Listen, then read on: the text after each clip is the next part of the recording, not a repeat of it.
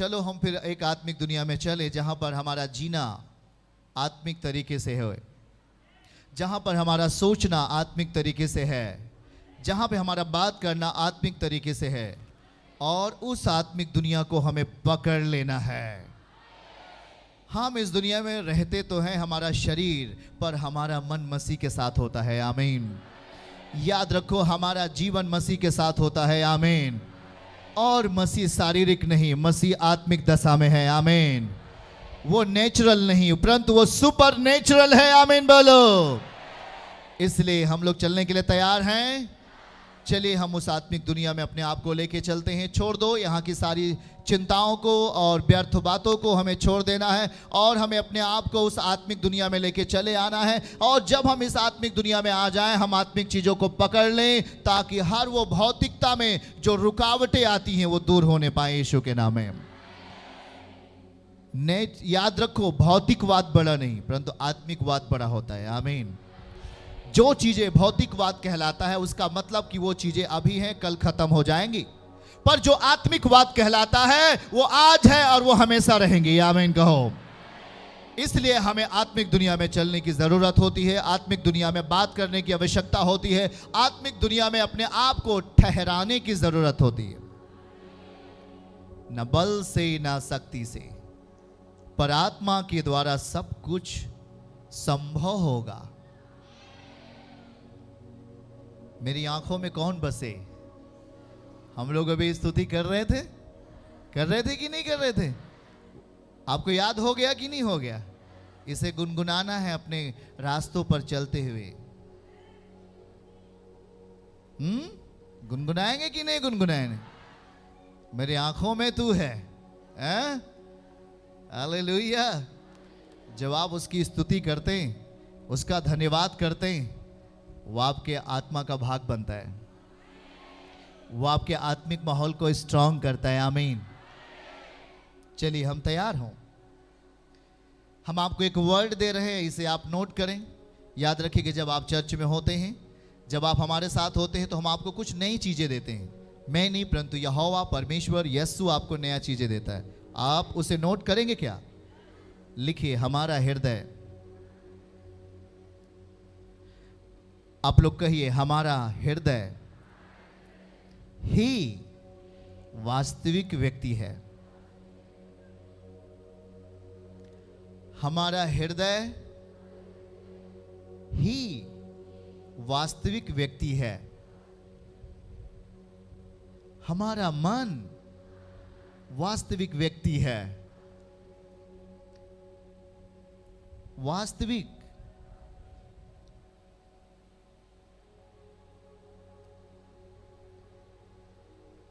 क्या उस वास्तविक व्यक्ति को और बलवान करेंगे? हम अपने शरीर को कितना ही स्ट्रांग बना लें, हम अपने बॉडी को कितना ही इसे कुछ दे करके अच्छा से अच्छा कर सकते हैं, सही है, करना भी चाहिए, पर यह शरीर हार जाता है। बगल वाले से बोलो, ये शरीर हार जाता है, जीतता वही है, जीतता वही है। हम कितने ही अच्छे गायक क्यों न हो जाए, हम कितने अच्छे कुछ भी हमारे अंदर काबिलियत आ सकती है, पर यह शरीर एक दिन क्या होता है? हारता है। इसीलिए प्रभु जब हमारे पास आया तो उसने कहा, मेरे बेटे और बेटियों, हमें शरीर की दशाओं में नहीं चलना, हमें आत्मिक दशा में चलना है। जो आत्मिक दशा है वो सही परिणाम पैदा करेगी हमारे घरों के लिए। आप हाथ उठा के बोल सकते हैं, जो आत्मिक दशा है वही दशा मेरे लिए सही परिणाम, सही प्रतिफल पैदा करती है। इसलिए हमें आत्मिक दशा में अपने आप को दे देना है। क्या आप अपने जीवन को आत्मिक दशा में देना चाहते हैं? क्या जब तक आप शारीरिक जीवन जीते हैं, शरीर आपको विपरीत दशा में लेके जाएगा आत्मा के। आप जिन चीजों को अभी हमने गवाहियां सुनी, नौजवान कैसे परमेश्वर के पास आकर एक नया जीवन को प्राप्त किया, शायद जो यहां पर बातचीत करते हैं, जो यहां बताया जाता है, वो उतनी गंभीर स्थिति में नहीं होता, पर उसकी स्थितियां बहुत गंभीर होती हैं। जब वो पागल सा था, जब वो अपने आप को घायल कर रहा था, लेकिन जब वो यीशु के पास आया, यीशु ने उसके जीवन को अलौकिक किया। आमीन, हालेलुया। चलिए पड़ोसी को हाथ पकड़ के बोलो, आत्मिक तरीका अपनाना है इस संसार पर जय पाने के लिए, इस शरीर पर जय पाने के लिए। कौन सा तरीका अपनाना है? आप इसे ऊंची आवाज में कह सकते हैं क्या? शरीर पर जय पाने के लिए हमें कौन सा तरीका अपनाना है? आप जब चर्च से होके जाते हैं, शायद आधे रास्ते पर ही पहुंचे होते हैं, आप किसी को गाली दे देते हैं, ओह जी मुंह से गाली निकल गया। आप जब घर पहुंचते हैं तो आप अपने बेटे को गाली दे देते हैं। कोई तो कोई अपने पति को, कोई पति अपनी पत्नी को कुछ ऐसे बोलता है जो आत्मिक रूल के विरोध में है। और याद रखो कि ये हमारा शरीर उस आत्मा के दर्शन को प्रकट करता है। ये शरीर हमारी आत्मा के स्वभाव को प्रकट करता है। सुनो, क्या आप सुन रहे हैं? मैंने क्या बताया? हमारे साथ कहिए, हमारा हृदय ही वास्तविक व्यक्ति है। और जब हमारा मन वास्तविक व्यक्ति बन जाता है तो हमारा शरीर उस वास्तविकता का सही प्रकटीकरण देखता है। आमीन, सुन रहे हैं क्या आप? याद रखो, इसीलिए हम जब इस आत्मिक दुनिया में आते हैं, जब हम यीशु के साथ आते हैं, जब हम मसीह के साथ आते हैं, तो हमारे सामने एक चैलेंज होता है, एक चुनौती होता है। वो क्या? पूरी जिंदगी हमने शारीरिक जीवन जिया है, पूरी जिंदगी हमने पाप में जीवन जिया है, पर अचानक मेरे लिए आत्मा का परिवेश दिया जाता है, अचानक हमारे लिए आत्मा का वातावरण प्रदान किया जाता है और वो हमें कुछ अजीब सा लगता है। पर याद रखो कि जब हम इस आत्मिक परिवेश में अपने कदम अपनी मर्जी से अगर हम डाल सकते हैं तो अपना कदम डालो, उस कदम को परमेश्वर अलौकिक बनाएगा यीशु के नाम में। क्योंकि याद रखो, जहां आप जा रहे होते हैं, शैतान आपके कदमों को पकड़ करके वो फाड़ देता है, आपके लक्ष्य को वो फाड़ देता है, आपके टारगेट को वो तोड़ देता है, आपके जीवन में संघर्ष की परिस्थिति लाता है। ओ आंसू, वो रोना, कुछ भी नहीं हुआ। अब मैं जब उसे करने के लिए जा रहा था, आंसू आ गया। जब मैं वहां प्रयास करने के लिए जा रहा था, मैं वहां पर फेल हो गया। आप असफलताओं को देखते हो शारीरिक दशाओं में, और वहां पर आपके लिए संघर्ष होता है। लेकिन आत्मिक दशा में एक रहस्य है। पड़ोसी को बोलो, आत्मिक दशा में रहस्य है, रहस्य है। आप ऊंचा बोल सकते हैं भाईजन, रहस्य है।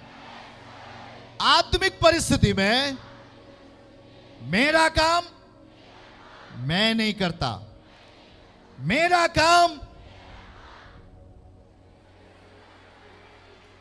वो करता है। आमीन। इसीलिए जब हमारा काम वो करेगा, संघर्ष किस बात की? हमारा संघर्ष खत्म। अब मैं संघर्ष में नहीं हूं, अब मैं आत्मा में हूं। बोल के देखिए, अब मैं संघर्ष में नहीं हूं, आंसू में नहीं हूं, मसीह में हूं, जीवन में हूं। आमीन। ओ, जब तक आप फ्लैशली जीते हैं, जब तक आप शारीरिक दशाओं में जीते हैं, तब तक आपके लिए एक छोटा सा चींटी भी आकर संघर्ष पैदा कर देता है। हाँ या ना? ओ जी, क्या ये समस्या, ये प्रॉब्लम, छोटा सा फुंसी हो गया, ये प्रॉब्लम, ये दर्द, ये समस्याएं, वो आपको फ्यूचर प्लान से, आपके बेस्ट प्लान से आपको रोकता है, वो आपको जाने नहीं देता, क्योंकि ये शरीर, याद रखना, ये शरीर फ्लैशली है, शारीरिक है।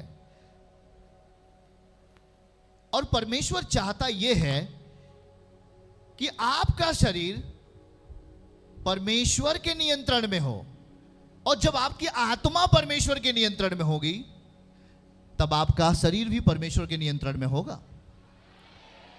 सुनो, इसीलिए याद रखना, हम बहुत सारे कामों को करने का अभ्यास करते हैं, पर वहां पे हमें रोना आता है, प्रभु मैंने बहुत प्रयास किया पर मैं वहां असफल हो गया, मेरे लिए बहुत सारी चीजें उपलब्धि के तौर पे नहीं आई, मैंने प्रयास किया पढ़ाई करने के लिए पर मैं वहां फेल हो गया, मैंने प्रयास किया एक बेहतर नौकरी के लिए पर मैं वहां नहीं जा सका, मेरे लिए कुछ टूटा हुआ है। एक संघर्ष भरा रास्ता आपके रास्ते पर आकर दिखाई देता है।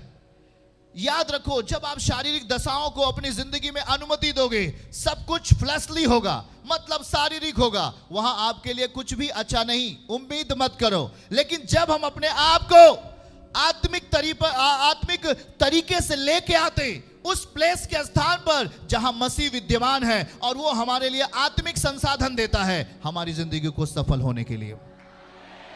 आमीन। सुनो, हमारी लाइफ हर एक मसीहत में जो यीशु के साथ जीता है वो शारीरिक नहीं हो सकता। यदि वो शारीरिक दशा में अपने आप को बना के रखता है, वहां पर उसके लिए संघर्ष है। कुछ भी छोटा सा भी प्राप्त करने के लिए लंबे वक्त का इंतजार करना पड़ता है। लेकिन प्रभु कहता है, एक बहन गवाही दे रही थी आंसुओं के साथ, मैं 6 साल से यीशु के साथ जी रही हूं, पर मैंने अपनी जिंदगी को हर एक आत्मिक नियमों का पालन किया। पड़ोसी को बोलो, आत्मिक नियम का पालन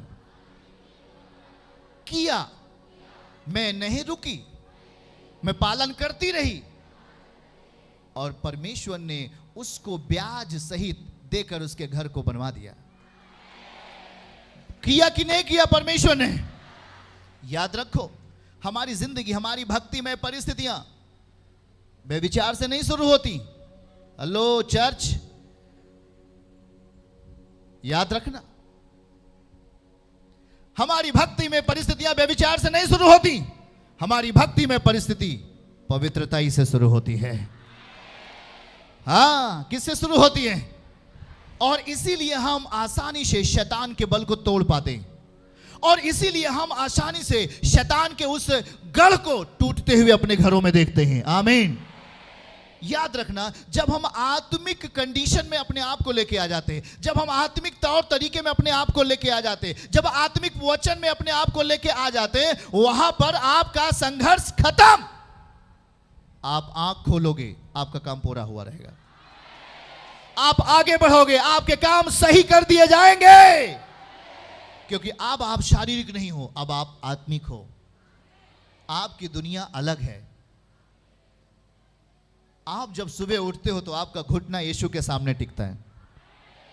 आप जब उठते हो तो आपका घुटना मसीह के सामने झुकता है। इसलिए आप आत्मिक दशाओं में बलवान होते हो। और याद रखो, परमेश्वर का वचन बाइबल कह रहा है कि जो कुछ भी आप अपनी भक्ति में परिस्थिति को लेकर के परमेश्वर के साथ जी रहे हो, वो व्यर्थ नहीं जाएगा, वो आपको ऊंचा स्थान देगा। आमीन बोलो, हालेलुया।